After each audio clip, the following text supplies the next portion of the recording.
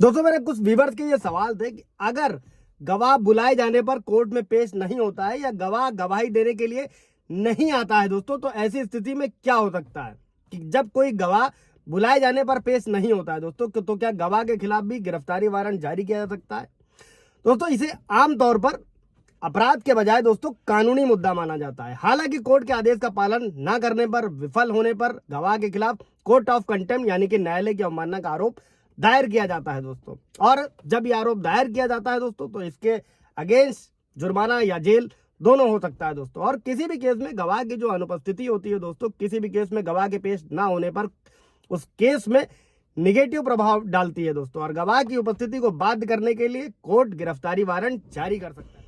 तो दोस्तों वारंट जारी कब किया जा सकता है दोस्तों? जब कोर्ट के पास ये मानने का पूरा विश्वास है, संभावित कारण है कि व्यक्ति भाग सकता है, यानी कि गवाह भाग सकता है या समन का पालन नहीं करेगा दोस्तों, तब वारंट जारी किया जा सकता है दोस्तों। और जब व्यक्ति समन जारी होने के बावजूद पेश नहीं होता है दोस्तों और कोई सही कारण कोर्ट को नहीं बताता है दोस्तों, ऐसे केसेस में भी वारंट गवाह के खिलाफ जारी किया जा सकता है दोस्तों, लिखित कारणों के साथ में। दोस्तों जय हिंद, नमस्कार, मैं एडवोकेट आशीष मिश्रा। दोस्तों लाइक कर दीजिएगा, शेयर कर दीजिएगा, सब्सक्राइब कर दीजिएगा ताकि इन्फॉर्मेशन और लोगों को भी पहुंच सके दोस्तों, लोगों को न्याय मिल सके कि गवाह को कोर्ट में पेश होना चाहिए दोस्तों। और अगर गवाह कोर्ट में पेश नहीं होता है तो उसके साथ क्या हो सकता है दोस्तों, अभी समझते हैं दोस्तों। सबसे पहले समन को समझ लेते हैं दोस्तों कि समन एक दस्तावेज होता है दोस्तों, जो किसी व्यक्ति को साक्ष्य देने के लिए यानी कि गवाही देने के लिए उसके लिए समय और स्थान पेश होने के लिए, उस कोर्ट में पेश होने के लिए बाध्य करने के लिए दिया जाता है दोस्तों। और कुछ मामलों में एक गवाह सम्मन का पालन करने से इनकार कर देता है दोस्तों, या फिर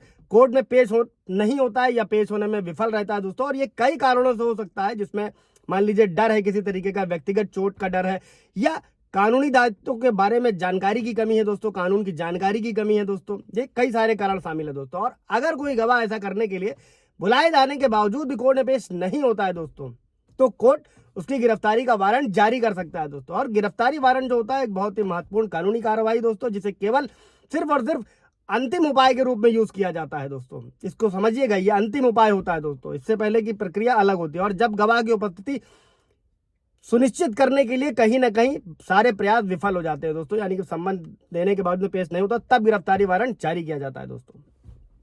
अब अभी समझते हैं दोस्तों, एक बार जब गवाह को गिरफ्तार कर लिया जाता है तो वो तब तक हिरासत में रह सकता है जब तक कि कोर्ट में पेश होने या जमानत पर रिहा ना कर दिया जाए दोस्तों। और गिरफ्तारी का वारंट का मतलब बिल्कुल नहीं है कि गवाह किसी अपराध का दोषी है दोस्तों, इसको भी समझिएगा, क्योंकि मेरे व्यूअर्स के सवाल थे इसलिए मैं क्लियर कर रहा हूं। अगर सिर्फ और सिर्फ गवाह कोर्ट में पेश होने में विफल रहता है तो उसे जुर्माना, कोर्ट ऑफ कंटेम्प्ट या कोर्ट के साथ सहयोग न करने के लिए जेल की सजा भी हो सकती है दोस्तों। और कोर्ट के पास गवाह के लिए जमानती या गैर जमानती गिरफ्तारी वारंट जारी करने का अधिकार होता है। अब जमानती और गैर जमानती वारंट क्या होते हैं दोस्तों, इसके लिए आप जाकर मेरा वीडियो देख सकते हैं। कोई क्वेरी होगी, कोई सवाल होगा, पूछ लीजिएगा, क्लियर कर दूंगा दोस्तों। इसके बाद में जमानती गिरफ्तारी वारंट में नामित व्यक्ति को जमानत जमा करने का अवसर देता है दोस्तों, और ताकि यह सुनिश्चित हो सके कि वो भविष्य में कोर्ट की कार्रवाई में शामिल होगा दोस्तों। और इसके बाद जमानती वारंट अक्सर छोटे मोटे अपराधों के लिए, जब तक व्यक्ति के भागने का कोई खतरा ना हो तब तक जारी नहीं किए जाते, तब तक।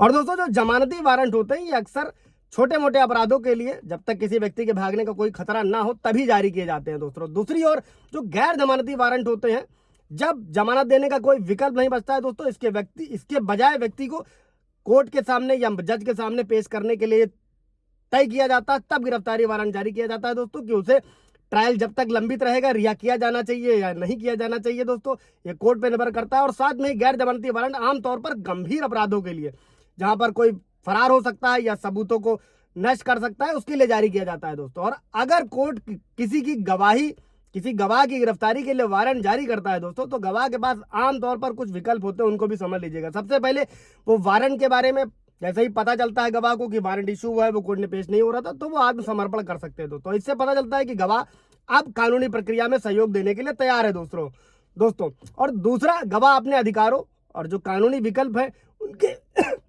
बारे में पूरी तरीके से जानने के लिए कानूनी सहायता भी ले सकता है, कानूनी सलाह भी ले सकता है दोस्तों।